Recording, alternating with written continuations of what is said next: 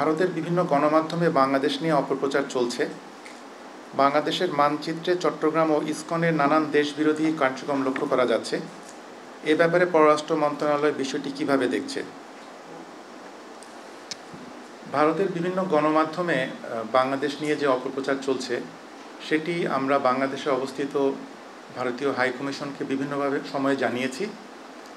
আমরা ভারতীয় কর্তৃপক্ষকে এটি জানিয়েছি যে আমাদের দুদেশের পারস্পরিক যে বন্ধুত্বপূর্ণ সম্পর্ক রয়েছে তার পরিপ্রেক্ষিতে এই ধরনের বাংলাদেশ নিয়ে অপপ্রচার মোটেই কাম্য নয়। ভারতের ভিসা সেন্টার খোলার বিষয়ে কোনো অগ্রগতি পররাষ্ট্র মন্ত্রণালয়ে আছে কিনা, এই বিষয়টি আসলে গত সপ্তাহেও আমরা বলেছি যে ভিসা সেন্টার আসলে খোলা আছে, বাট ভিসা প্রদানের সংখ্যাটা সীমিত।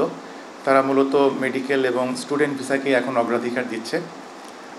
বারবার তারা ম্যান পাওয়ার শর্টেজের কথা বলে আসছে। তো আমরা আশাবাদী তারা এই সমস্যা সমাধানে ভবিষ্যতে যথার্থ পদক্ষেপ নেবেন।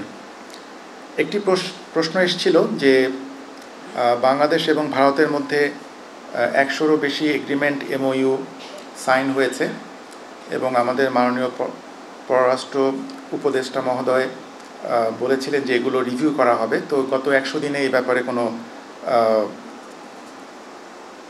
রিভিউ করা হয়েছে কিনা, এই ব্যাপারে কোনো আপডেট আছে কিনা।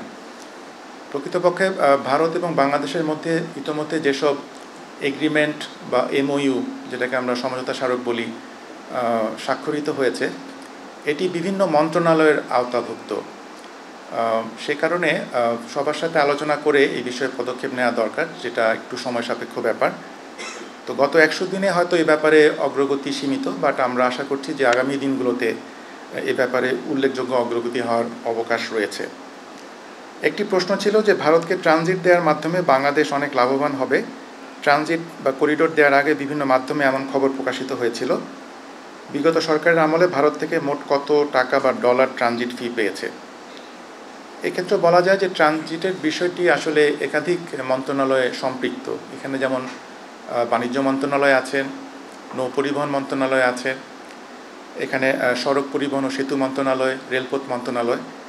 কাজেই তাদের সাথে সবার সাথে আলোচনা করে আসলে এই ব্যাপারে সঠিক তথ্য পাওয়া যাবে। আমাদের কাছে এই সম্পর্কিত কোনো রেডি রেফারেন্স এই মুহূর্তে নেই।